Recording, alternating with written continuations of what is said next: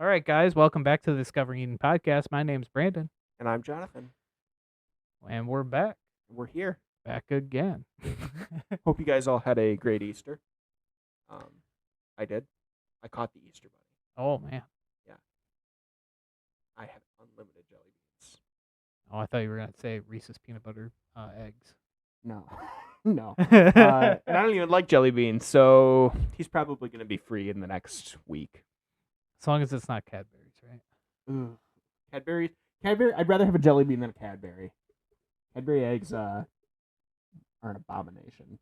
You know what I just thought of? What if they put jelly beans inside a Cadbury egg? I think that would make it worse. Okay, what about this? Cadbury egg inside is jelly beans, but there's an outer layer that's a pea. That's Oh, like God. the unholy trinity of Easter candy. The Easter bunny leaves a peep by you. It's like, oh no, Why do you hate me? it's turned into the Furbies all over again. Ugh. You're always watching the peeps with their uneven eyes. One's up here, one's down here. He's melting. Well, anyways, we're gonna talk about something today. That's usually the case. Yeah. To be completely honest, I don't remember who prayed last. That's what the internet's for. Or do we have the second episode up? I don't. It is. The Okay. second episode's up Sometimes of I the get series. notifications, sometimes I don't. I was too busy trying to get this all set up because we were locked out for a little bit. But we're good now. Just, fast forward.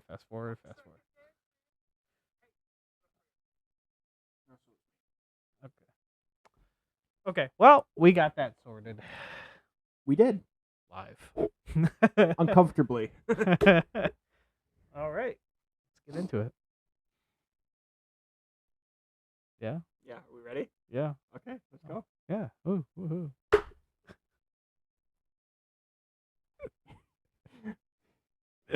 We good? Oh, man. Here we go. Yep. Go time. It's your turn to pray. Yeah, I know. We're praying. I'm waiting for you to start. I don't know. I didn't know if you thought that you misunderstood what I said, and he's like, "Wait, why is Jonathan praying?" And I'm like, "I thought that was your turn." This is just what makes this interesting, okay? Yeah. Or it's the reason we don't get views. Either or. Doesn't matter. All right. Dear God, I just thank you that we're able to goof off and be goofballs. All in your name. I thank you that regardless of how we act or who we are, that above all else that your name is lifted high, God. And pray that you would just be with us in this conversation as we continue our creation series. And I just pray that you would be with us in our conversation and with those listening, and that you're able to speak in the hearts of those who watch. And I pray this in the name of Jesus. Amen. Amen. Short and to the point. Anyway, let's get to the bumper and let's get into it.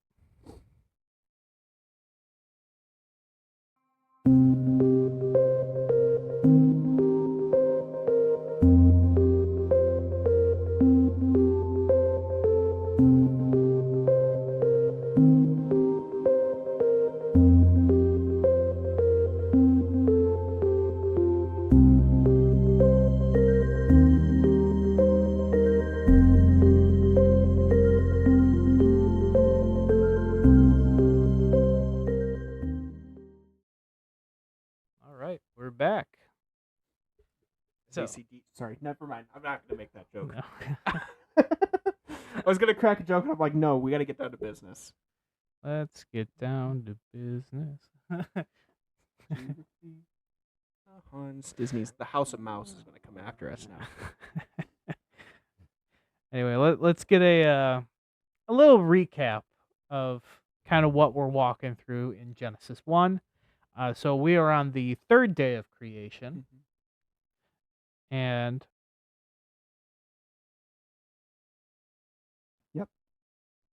and goes to verse 13. So how about So if you want to follow along, now would be a good time. now would be a good time to do so. So here we go. That's Here we go. that's not part of the translation. Yeah, no. And God said, "Here we go." Oh, good. There we go. And God said, "Let the water under the sky be gathered to one place, and let dry ground appear." And it was so. God called the dry ground land, and the gathered waters he called seas, and God saw that it was good. Then God said, "Let the land produce vegetation, seed-bearing plants and trees on the land that bear fruit with seed in it, according to their various kinds." And it was so. The land produced vegetation, plants bearing seed according to their kinds, and trees bearing fruit with seed in it according to their kinds. And God saw that it was good. And there was evening, and then there was morning, the third day. Bum, bum, bum. Third day. The band, everything and everything. So I feel like this one, just from the onset, the first thing that stands out to me is compared to the second day, it's a little clearer what's going on. Because the second day is here's vaults, here's water, and more vaults, and also some more water. And this one's like, oh, it's ground and plants, and Yay! like it's refreshing that I can Like when I don't have to think about it. when you don't have to think about water. Well, the vaults of the water.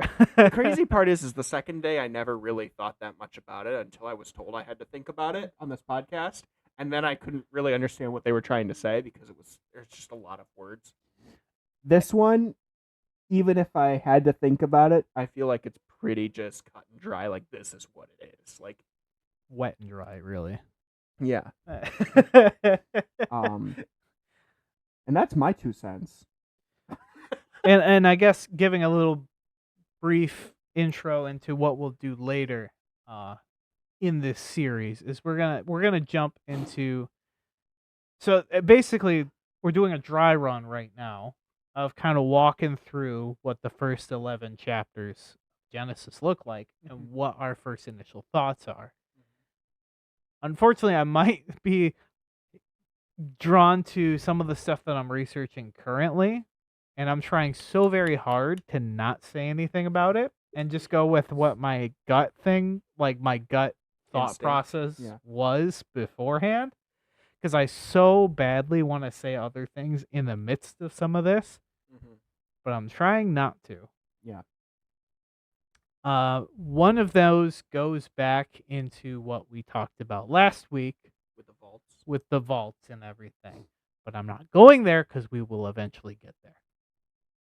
Just so people, screaming in the comments down below, of which there's probably not many, but maybe future down the road, maybe there is. I don't know. This will be the episode we get one guy screaming in the comments. It's just the comment is ah, And it'll be you. It might be. But that's just a little side note, I guess, Yeah. to what we're going to talk about, because we'll eventually dive into some other creation myths and things of that nature, Sure. apart from a Christian point of view.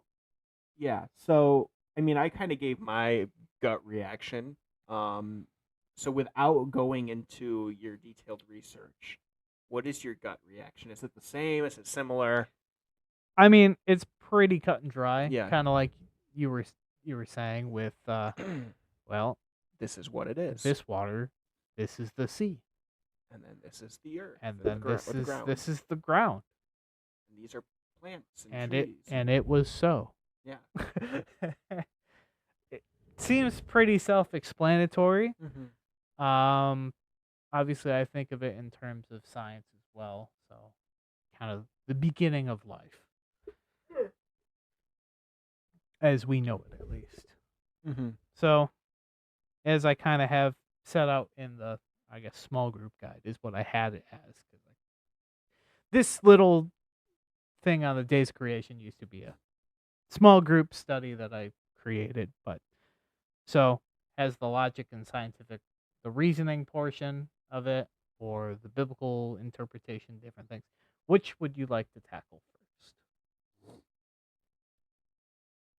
Whichever you feel is the best direction to start with. Okay, well, I Like I guess said- I'll just go with what I have first in the thing. So, which different scientific processes? You can't ask me science question, Brandon. You know this. I'm just gonna be right out. I'm not gonna be able to answer this. I'm too dumb. Well, I was. You let me finish. What comes to mind? Scientific processes that come to mind with water and with land.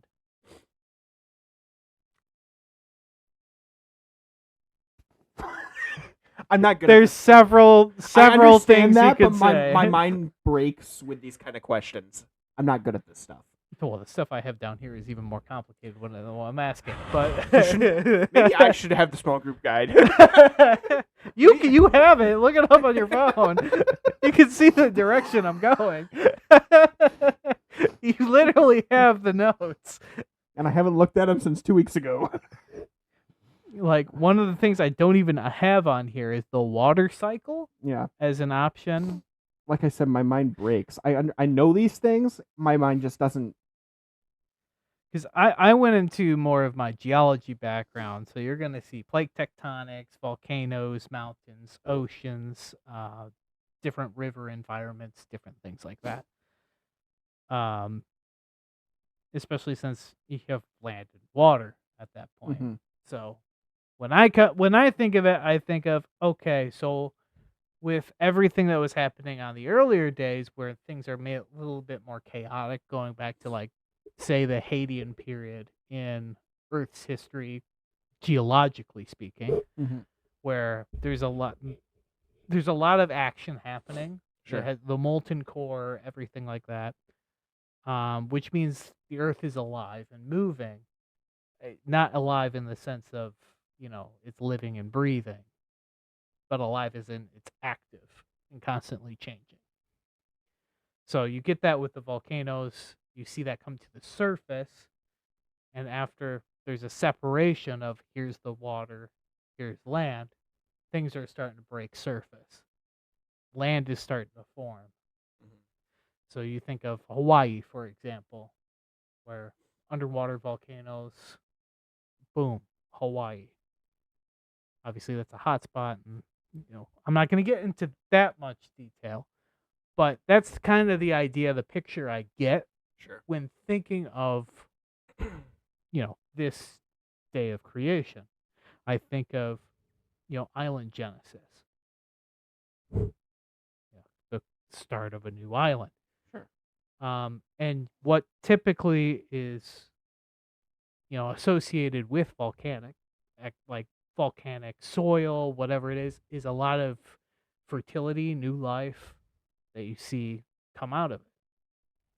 And so you get the plants and everything, kind of like what the Bible is kind of walking through. You have the vegetation that comes in first.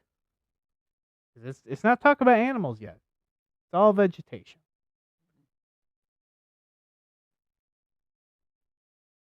And then what I have on here as well is the ocean was the medium for pretty much all life on Earth in its early stages. So it's very important early in, like, geologic Earth history. You see the Devonian, for example, where everything is in the water. So you have your trilobites, you have Dunkleosteus, or all these other animals, creatures, sharks, different things like that that come out of it. Obviously, it's a little bit past the Precambrian at this point, because land's starting to form. And then you'll eventually see more creatures go on land, which will happen, well, if you read forward in Genesis. But I'm seeing a lot, like, when it comes to mind for me in a science standpoint, okay, so this is like, it's not the earliest point in Earth's history, but it's somewhere in between. Mm. Where the interesting thing here is animals were not mentioned yet. But in my mind, it puts me in the spot of, like, the Devonian or something along those lines, where in the geologic time scale there is life, but just not on land. Or if there was, there is not much, because it's basically the Devonian is where it was a lot of water. Mm-hmm. No vault between those waters, but anyway, that's a little bit of some of my thought process there. Obviously, it's a lot more complicated than a simplified response that isn't necessarily 100% accurate, but that's what I have. So when you go to a theological or biblical discussion of this day, what comes to mind for you for that? Like, obviously, it's pretty cut and dry. Mm-hmm. But what's something that stands out for you that sets it apart from the different days? That sets it apart. Geez, I was gonna go kind of back to what I said. I mean, you could do whatever you want. Yeah. Because I mean, I'm being the let's get you thinking. because to me, I mean, with how cut and dry it is, I go back to kind of, I think it was something, maybe I said it in one of the last 2 episodes. I don't remember. It sounds like something I'd say. But just kind of the awe of God's creation in of itself. I think that's something I said, probably in the first episode. But again, with how cut and dry this is, that's what I'm reminded of. I mean, it's not exactly the deepest thought, but it's where my mind goes. Yeah. I mean, if you're talking specifically, when you hear land and seas, I mean, I guess you can hyperfixate. There we go. Hyperfocus. Hyperfixate, whichever word you want. On things like mountains, which are just awesome in of themselves. Agreed. Or just even like, what do you associate with the ocean? And I guess it goes more into the land section too, but kind of islands and the tropics and stuff like that. Kind of what you would associate near the sea and the ocean and stuff that is, at least to me, I look at it and I'm like, that is intrinsically beautiful. And I'm in awe of it. Yeah. And I mean, some of this is like in my something that's so different about this day versus the other. It's the separation of land and water. Mm-hmm. And to me, highlights the creative process that God has. Like, God's creativity is on full display, and it only grows after this point. Mm-hmm. I mean, because the first couple of days are like, boom, light, or let's separate water from water, Mm-hmm. and for whatever that means. But we don't really appreciate it until it gets to something that we can comparably understand. So at this point is when it's like, okay, we can see the creative work and creative process that's coming into it now. So you're seeing mountains rise up out of the water. Like, that's something I envision when I say, like, here's separation of this is sea, this is land. Sure. You just see a mountains start coming up and everything like that. I mean, you even look at, even the second part of the third day that's mentioned with all the plants and the new life and the growth that comes from that. Like, there's bounty and there's beauty in bounty and all of that too. And amidst all the chaos, like, say volcanoes, for example, to bring about islands, that's a cool process in and of itself. But then all the beauty of the land and everything that comes with it, with the vegetation, everything that brings life out of it. And like I said, that's what I meant. Like, there's beauty in bounty and like all the nutrients that are brought up from within the core of the earth to serve as nutrients for the plants and vegetation. Like, all this is all working in unison. It's all one big process, which that to me highlights creativity. Sure. And that's even not even talking about some of the things that we even see today Sure. that revolve around water and land. Think of the Grand Canyon, for example. Well, that's pretty cool if you've ever been out there.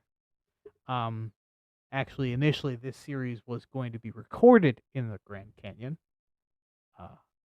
Unfortunately, that did not pan out, but you could imagine kind of what it looks like.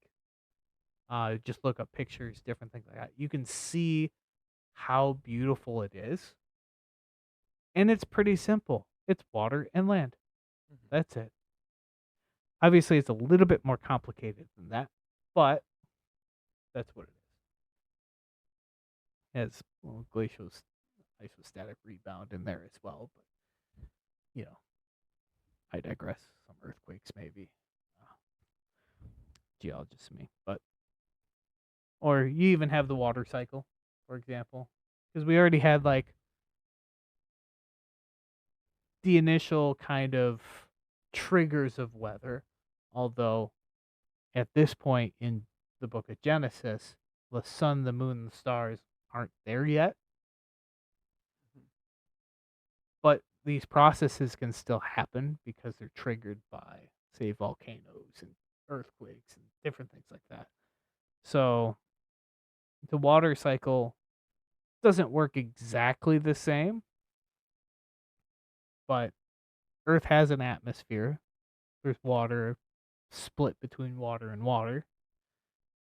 So some of that water cycle process can start. So you can see kind of the beginning stages of like the atmosphere forming. But that's something that stands out to me. Sure. And then something I have written on here is how can we protect and steward that which God has given us to watch over when it comes to land and water?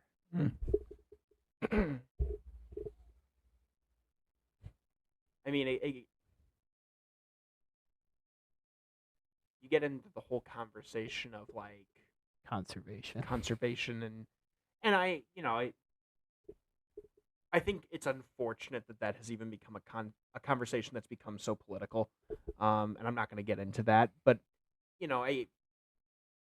we're given this amazing creation to live in, and we should be stewards and protectors of it. We should care for it and not abuse it in a way that would be disrespectful to the creator in my opinion. I mean, because But- it saddens my heart when it's like you hear of all the pollution, Yeah, of like course. the dumping of all the chemicals and whatever in the water across the planet. Well, and I mean, different things like even that. the town that I grew up in, and seeing more industry pop up. There's obviously some importance to that for human population, but you see a lot of the natural world being removed because of that. And it just 10 years ago, oh, that was a field, and now it's a strip mall, and it's like, oh, it's kind of depressing. But like, yeah, I mean, it is disappointing and saddening, and we should want to protect the creation. Like I said, it's unfortunate that it's become such a political hot button issue, and people get so angry about it. But alas, that's most things in the world at this point, and most things aren't worth getting that angry about. But that's just my Yeah. opinion. Yeah, but like it definitely puts into perspective, that which is created. Yeah.